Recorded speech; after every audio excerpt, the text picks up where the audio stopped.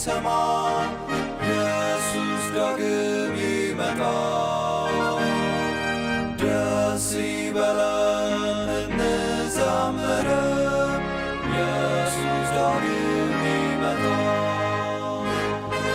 ይመለሳል ይመለሳል፣ ኢየሱስ ዳግም ይመጣል።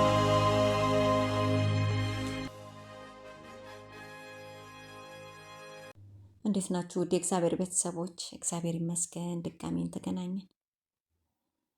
ዛሬ የእግዚአብሔር ቃል ወደ እናንተ ይዤላችሁ የመጣሁት አርዕስት ወደ ኋላ የተመለሱት ልጆቻችን ይላል። የእግዚአብሔር መንፈስ ያስተምረናል። ወደ እግዚአብሔር ቃል ከመሄደ በፊት የወንድሜን ታሪክ ልንገራችሁ። ወንጌል ኢየሱስ ክርስቶስ በቤታችን ሲገባ መጀመሪያ እናቴን አገኘ፣ ከዛ ወደ እኔ፣ ከዛ እህቶቼ፣ ከብዙ ዓመት በኋላ ከአባቴ ጋር ተገናኘ። ግን እናቴ ኢየሱስን ካወቀች ጀምሮ ከልቧ ስለ ትልቁ ወንድሜ ትጸልያለች። በጸሎታ የእሱን ስም ሳታነሳ አትውልም። እሷ ስለ እሱ በጸለች ቁጥር እንኳን ወደ ጌታ ሊመጣ ሁሉ ነገር ባሰበት። እናቴም አባቴም በሱ ያዝናሉ። እናቴ ትጸልያለች፣ አባቴ ከመጠን ባለፈ ይታገሰዋል፣ አንዳንዴም ይለማመጠዋል። ተው የምታደርገው ራስህንም ቤተሰብህንም ይጎዳል እያለ ይለማመጠዋል። እሱ ክርስቲያን ከሆነ በኋላ ደግሞ ሁልጊዜ ስለ ወንድሜ ከእናቴ ጋር አብረው ይጸልያሉ፣ ያለቅሳሉ። ከዛ በኋላ ወንድሜ ብቻውን መኖር ጀመረ። የራሱ ስራ ይሰራል፣ በኢኮኖሚም ጥሩ ነው። አንድ ቀን ወደ አባቴ መጣ። አባቴ አለው፣ ጥሩ ዜና ይዤልህ መጥቻለሁ፣ እግዚአብሔር ሕይወት ሊለወጥ ነው አለኝ፣ ጊዜው ደረሰ አለው። አባቴም በጣም ደስ አለው። እንደውም ለረዥም ዓመት ስንጸልይበት የነበረው ስለ ዘላለማዊ ሕይወት ጸሎታችን እንደተሰማ ቆጥሮት እስከሚነግረው ነበር የቸኮለው። ነገር ግን ጥሩ ዜና አይደለም፣ የምስራች አይደለም ይዞ የመጣ። ለአባቴና ለእናቴ እስከ አሁኗ ድረስ የመቆራረጫ የሐዘን ጸሎታቸው ለምን በዚህ አይነት መልኩ እንደተመለሰ መልስ ያላገኙበት ዜና ነው። አባቴ ሚስት ላገባ ነው፣ በጣም መልካም የምታሳድገኝ ሚስት ላገባ ነው፣ ስለዚህ ሽማግሌ እንድትልክልኝ ነበር አለው። አባቴም ደስ አለው። ከዛ ቀጠለ፣ ግን እስላም ናት አለው። አባቴም ወዲያው መልስ መለሰለት፣ አይ እኔ ያለሁበት እምነት ለእስላም ሽማግሌ እንድሆንም ሽማግሌ ልኬ ልጅህ ለልጄ እንድልም አይፈቅድልኝም፣ አዝናለሁ አለው። ወንድሜም ልቡ በጣም ተጎዳ። ከቤት ወጣ። ወደ ሚስቱ ጋር ሄደው የሆነውን ሁሉ ነግሯት የእስላም ሽማግሌዎች አዘጋጅተው እስላም ሆኖ ስሙን ቀይሮ በጣም በደመቀ ሰርግ አገባ። በጣም የሚገርመው ነገር ወንድሜ በህይወቱ እስላምን በጣም ነበር የሚጣል። እንደው የእስላም ቤት እንኳን መግባት ነበረ የሚጠየፈው። በጣም በሚያሳዝን ሁኔታ እንደውም የባዕድ አምልኮ ራሱ ያደርጋሉ የሚል ነገር ሰምተናል። የሚኖሩበት ቦታ ራሱ በጣም ሩቅ ቦታ ነበር። ልጆችም ወልደዋል። እንግዲህ እግዚአብሔርን እናምናለን። እግዚአብሔር ከሱ ጋር ሆኖ እንደሚጠብቀው እናምናለን። እኛ ሁልጊዜ ጸልያለን። ልባችን በእግዚአብሔር ላይ ነው ያለው። እናትና አባቴ እንዳይኑ ነበር የሚያዩት። እህቶቹም እኛንም በጣም ነበር የሚወደን፣ እኛም በጣም ነበር የምንወደው እና ርቆ ነው የሚገኘው እንደውም እኛን ላለማየት። እና ጥያቄው የእናትና የአባቴ ጸሎት መጨረሻ ይህ የሆነ ማለት ነው። እንግዲህ ወደ ዛሬው የእግዚአብሔር ቃል እንሄዳለን። ኢሳይያስ 49:5 እንደዚህ ይላል፣ በኃያላን የተማረኩ ይወሰዳሉ፣ የጨካኞችን ብዝበዛ ያመልጣል። ከአንቺ ጋር የሚጣሉትን እጣላቸዋለሁ፣ ልጆችሽንም አድናለሁ ይላል ጥቅሱ። እንግዲህ ጥቅሱ እንደሚለው በኃያላን የተማረኩ ይወሰዳሉ፣ የጨቋኞችን ብዝበዛ ያመልጣል። ማን ነው የሚማርከው? ማን ነው የሚበዘብዘው? ማን ነው ጨካኙ? በጭኮናስ የሚበዘበዘው ማን ነው? ሰይጣን የራሱ ወታደር አለው፣ የራሱ መሳሪያ አለው፣ የራሱ እስር የሚማርክበት አለው። ወጣቶች ለዚህ ወታደር ለመማረክ የቀረቡ ናቸው። ሰይጣን ልጆቻችንን ወጣቶቻችንን ነፃ ለማውጣት አይፈልግም። ለዚህ ነው ወጣቶች ምን እንደሚያዩ ምን እንደሚያረጉ እግራቸው ወዴት እንደሚሄድ ማስተዋል ያለባቸው። ሰይጣን በጣም ብልህ ጠላት ነው። ቀስ በቀስ መረብ ውስጥ ያጠምዳል። ከዛ ምንም ሳንረዳው እንደውም እኮ በቤተ ክርስቲያን ውስጥ ሆነን እኮ ነው ስማችን በቤተ ክርስቲያን መዝገብ ላይ ተጽፎ የእሱ ባሪያ መሆን እንችላለን። ግን በጣም የሚገርም መልኩ በሚያስደንቅ መልኩ እግዚአብሔር ቃል ገብቶልናል። ኢሳያስ 49:25 ላይ እንደሚለው ከአንቺ ጋር የሚጣሉትን እጣላችኋለሁ፣ ልጆችሽንም አድናለሁ። እንግዲህ ይህ መልእክት ለእናቶችና ለአባቶች ነው እግዚአብሔር እየተናገረ ያለው። እግዚአብሔር ለእናቶችና ለአባቶች ቃል ገብቷል። ከኛ ጋር የሚጣላውን ሰይጣን ሊጣላልን ቃል ገብቶልናል። ዘዳግም 24 ላይ ምን ይላል? ከእናንተ ጋር የሚሄድ ያድናችሁም ዘንድ ጠላታችሁን ስለ እናንተ የሚዋጋ አምላካችሁ እግዚአብሔር ነውና። አሜን። ልጆቻችን፣ ወጣቶቻችን የሚያጋጥማቸውን ፈተናዎች፣ ጭንቀት የእነሱ ብቻ ሳይሆን የእኛም ጭምር ነው። የእኛ የወላጆቻቸውም ጭምር ነው። ብዙ ወላጆች አሉ ማታ ጠዋት ፕሮግራም ጸሎት ከልጆቻቸው ጋር ያደርጋሉ፣ ቸርች ይወስዳሉ፣ ያመጣሉ። ከልጆቻቸው ጋር የቻሉትን መስጠት የሚገባቸውን ሁሉ ሰጥተዋል። እንደዛም ሆነው ግን ከእግዚአብሔር ቤት ለመራቅ ለመሄድ ይወስናሉ። ወደ ፈለገው በቃ እሱ ደስ ነው ወደሚለው አቅጣጫ መንገድ ለመሄድ ይወስናል። ታዲያ ወላጆች የእግዚአብሔርን መንገድ ለማሳየት የቻሉትን አድርጓል። ምንም ማድረግ አይችሉም። ማድረግ ያለባቸው በፊት የሰጧቸውን እንክብካቤ፣ ፍቅር መስጠት፣ መጸለይ ነው ያለባቸው። ለምን? እኛ ሰጥተን ያልደረስንበትን ውስጣቸውን እግዚአብሔር እንዲደርስ መጸለይና ከበፊቱ የበለጠ መውደድ ማፍቀር ነው ያለብን። ግን እግዚአብሔር ቃል ገብቷል። እኛን የሚጣላልንን የሚያስጨንቀንን በልጆቻችን የሚያስለቅሰንን እሱን እንደሚጣላልን ሰይጣን በዚህ ምድር ባለው ነገሮች ዘዴ በመጠቀም ለማሰር ባለማቋረጥ ይጥራል። ይህ ክፉ ጠላታችን ነው። ነገር ግን እግዚአብሔር ቃል ገብተዋል ወላጆችን እንደሚረዳ፣ ወላጆች የሚጥሩትን የሚታገሉትን የሚጸልዩትን ወላጆች እስከሚችሉ ድረስ ለልጆቻቸው ከሰይጣን መንጋጋ ለማውጣት የሚታገሉትን እግዚአብሔር ቃል ገብተዋል ሊንከባከባቸው ሊታገልላቸው ቃል ገብተዋል። ወላጆች የተቻላችሁን ሁሉ ለልጆቻችሁ ካደረጋችሁ አታስገድዷቸው። እምነት በማስገደድ አይሆንም።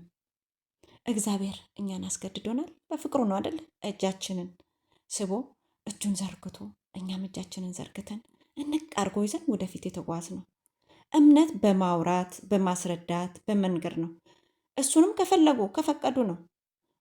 ምንም ቢሆኑ ምንም አይነት ውስጥ ቢተራመሱ በእነሱ በማዘን ፋንታ ያሉበት ቦታ በመፈለግ ፍቅራችንን በመግለጽ መጥፎ ቦታም እንኳን ካሉ እነሱን ለመርዳት ለማገዝ ጎትቶ ለማውጣት እጃችንን በመዘርጋት ጎትተን ማውጣት አለብን። በማንኛውም ጊዜ እርዳታ ሲጠይቁ ቀድመን መገኘት አለብን። አይገርምም? አይደንቅም? ኢሳያስ 49:25 እግዚአብሔር ቃል ገብቷል። ከእናንተ ጋር የሚጣላውን እጣላለሁ አለ። የቻልነውን ካደረግን የምንሰጠውን ከሰጠን እግዚአብሔር ምን ይላል? ልጆቻችሁን አድናለሁ ይላል። እግዚአብሔር ምን ይላል? ወላጆች ልትደርሱበት የማትችሉበት ቦታ እኔ ደርሳለሁ ይላል። እናንተ መድረስ የማትችሉበት ልባቸውን እና አይምሯቸው ጋር እኔ ደርሳለሁ ይላል እግዚአብሔር አምላክ። መንፈስ ቅዱስ ይሰራል፣ ከጠላት ሰፈር ያወጣቸዋል።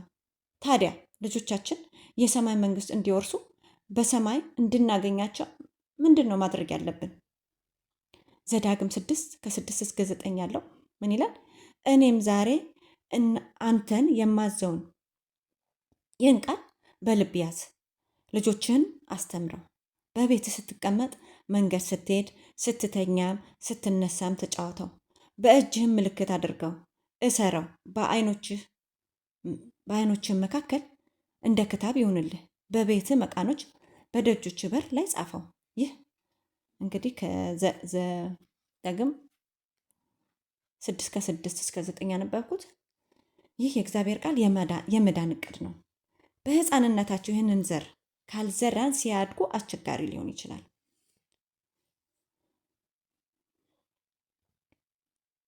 ዮሴፍ ወንድሞቹ ከሸጡት በኋላ ወደ ግብፅ ሲሄድ የእግዚአብሔርን ቃል አስታወሰ፣ በኃጢአት እንዳይወድቅ ረዳው። በሕፃንነቱ የሰማውን የእግዚአብሔር ታላቅ ትምህርት አባቱ የነገረውን አስታወሰ። ለዛ ነው በእምነቱ ጸንቶ ልክ እንደ አባቱ መሆን የቻለው። አባቱ በእምነት ጽኑ ታማኝ እንደሆነ ሲመለከት ያ ነው እያየ ሲያድግ የነበረው።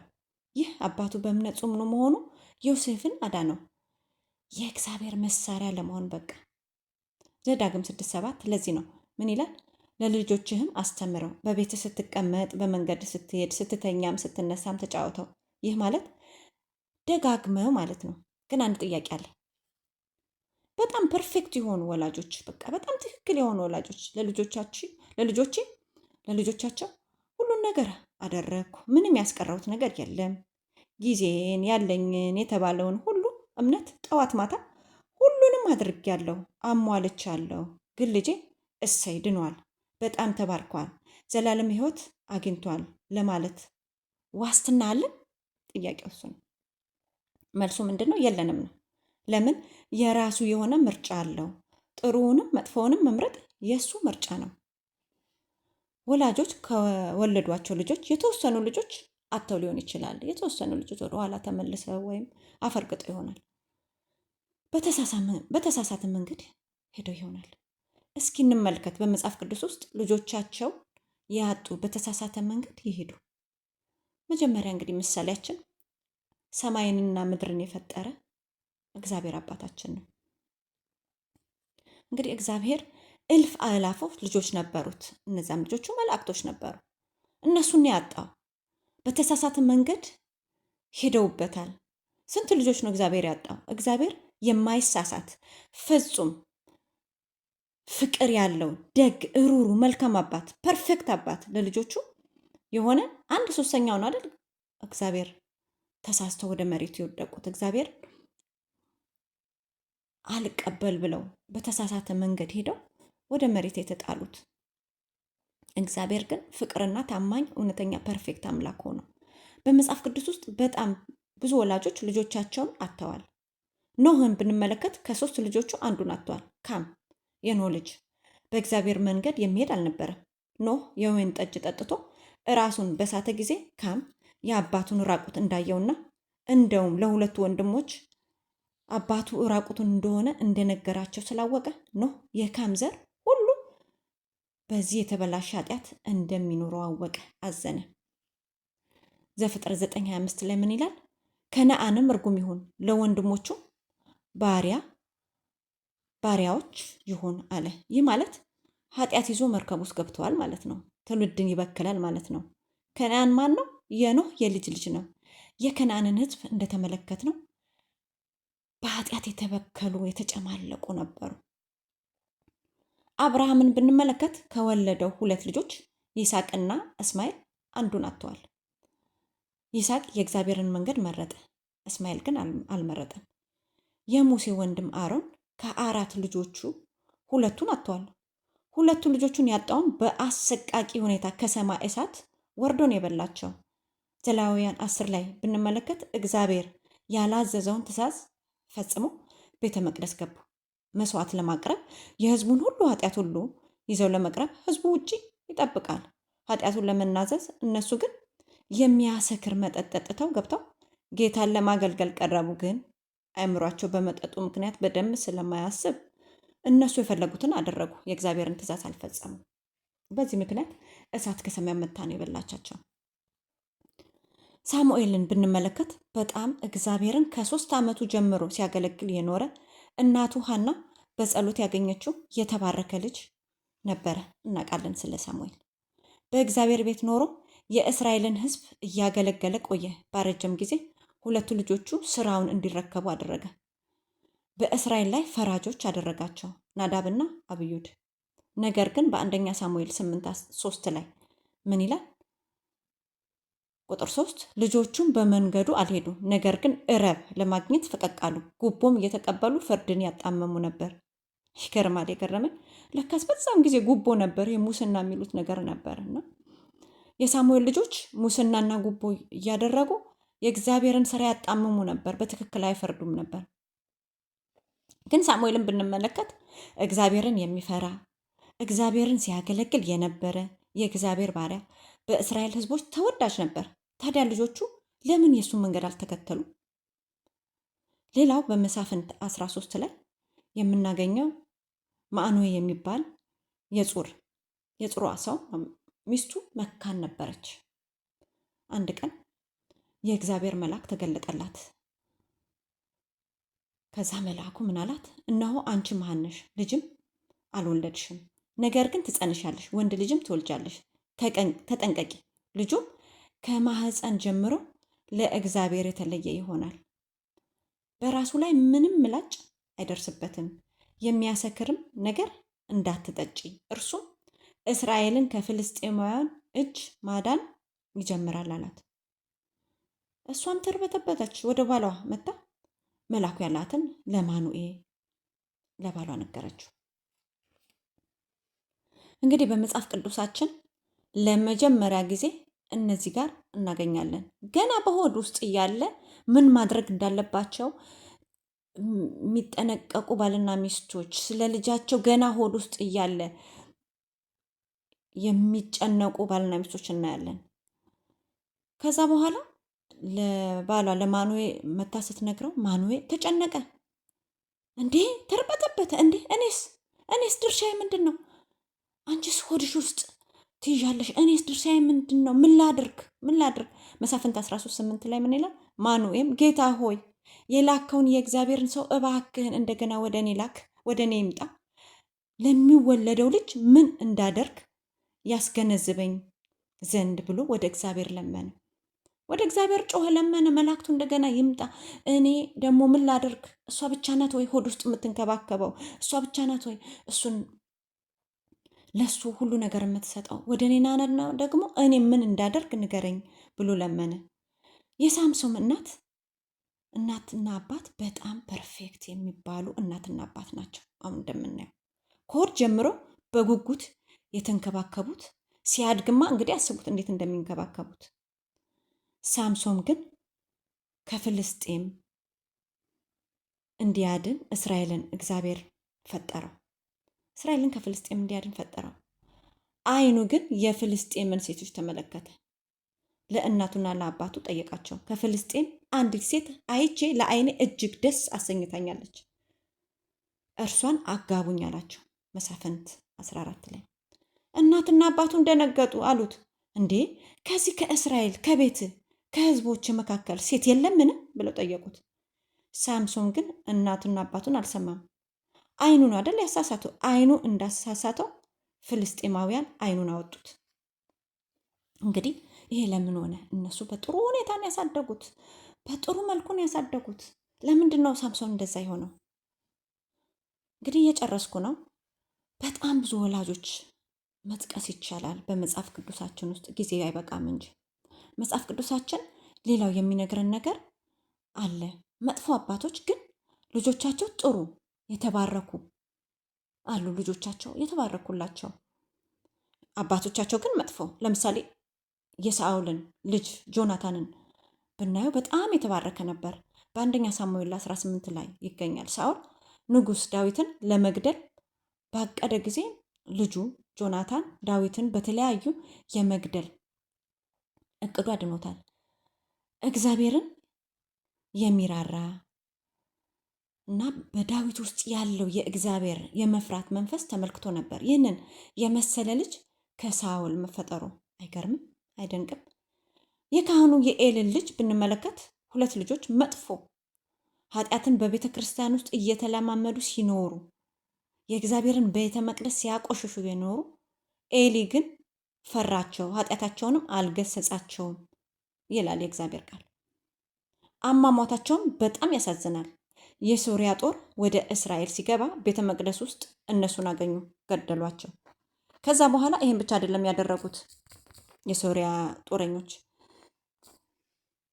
ኤሊ እስከ ዛሬ ሲንከባከበው ሲጠብቀው የነበረውን ታቦቱን ተሸክመው ይዘው ሄደው ሰረቁት። ይህንን መልእክት አምጥተው ለኤሊ ሲነግሩት በተቀመጠበት ወንበር ላይ ወደኋላ ተገልብጦ ነው የሞተው እና የኤሊም አሟሟት አላማረም። በጣም ነው የሚያሳዝነው።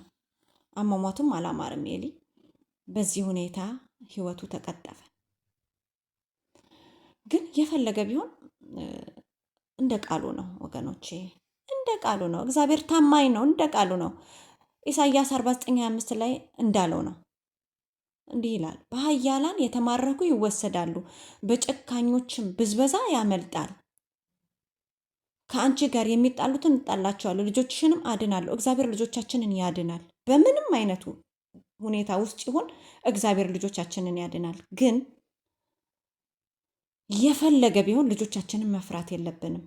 እንደ ኤሊ መፍራት የለብንም። እኛ መጀመሪያ እግዚአብሔርን ነው መፍራት ያለብን። እንገስጻቸው። እግዚአብሔር አንድ ቀን ቀጠሮ አለው። በቀጠሮ መሰረት፣ በሱ ፕሮግራም መሰረት ልጆቻችንን በእጃችን አሳልፎ ይሰጠናል። በምድር ብቻ ሳይሆን አንድ ላይ የምንሆነው ጌታን የምናመልከው በሰማይም አብረን ነው። ይሄ ትክክል እግዚአብሔር ያለው ቃል ነው። ይሄ ደግሞ ይሆናል። እንባችን በሳቅ ተለውጦ ለቅሷችን ታብሶ በሚያምረው ስፍራ እጃችንን ይዘን እግዚአብሔር እጃችንን ይዞ ልጆቻችንን ይዘን ሃሌሉያ ብለን እንዘምራለን። እግዚአብሔር ይመስገን። በእርግጠኝነት ለዛ ቀን ያበቃናል። እንጸልይ። በሰማይና በምድር ከፍ ከፍ ብለህ ያለ ፈጣሪ እግዚአብሔር አምላካችንና አባታችን ሆይ እናከብረሃለን፣ እናመሰግንሃለን ስለሰጠህን ቃል ጌታ ሆይ፣ ስለሰጠህን ታላቁ ተስፋ፣ ስለሰጠህን ያንተ መንፈስ እናመሰግንሃለን። ልጆቻችንንም ደግሞ እጃቸውን ይዘህ ትመራለህ ጌታ ሆይ፣ ከመጥፎ ነገር ትጠብቅልናለህ። እንዲሁም ደግሞ በአንተ መንገድ እንዲሄዱ ታደርጋለህ። በመጨረሻ አንተ በመጣ ጊዜ ልጆቻችንን እናስረክባለን። ከነሱ ጋር አንተን እያየን በደስታ እየዘመርን በዛ በሚያምረው ቦታ እንኖራለን። ይህን ደግሞ እናምናለን። እንደ ቃል ይሆንልናል። ስለ ሁሉ ነገር እናመሰግንሃለን።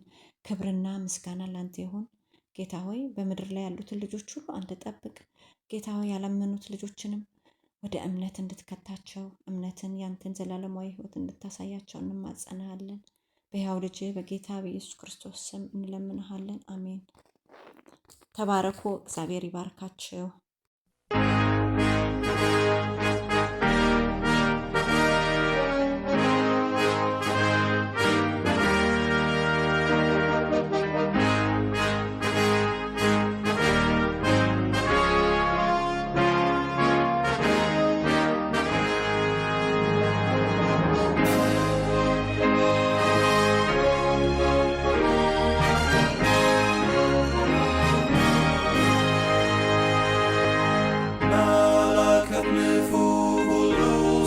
ሰማ ኢየሱስ ዳግም ይመጣል። ደስ ይበለን እንዘምር፣ ኢየሱስ ዳግም ይመጣል። ይመለሳል፣ ይመለሳል፣ ኢየሱስ ዳግም ይመጣል። ተራሮቹ ኢየሱስ ዳግም ይመጣል። ኢየሱስ ይመጣል በክብር ዙፋን። ኢየሱስ ዳግም ይመጣል። ይመለሳል፣ ይመለሳል፣ ኢየሱስ ዳግም ይመጣል። ፍጥረቱ ሁሉ ይናገረናል፣ ኢየሱስ ዳግም ይመጣል። እስከ ባህር ዳር ሁሉ ያየዋል፣ ኢየሱስ ዳግም ይመጣል። ይመለሳል፣ ይመለሳል፣ ኢየሱስ ዳግም ይመጣል። የምድር መናወጥ ለሰዎች ይላል፣ ኢየሱስ ዳግም ይመጣል። አውሎ ነፋስም ያስታውቀናል፣ ኢየሱስ ዳግም ይመጣል።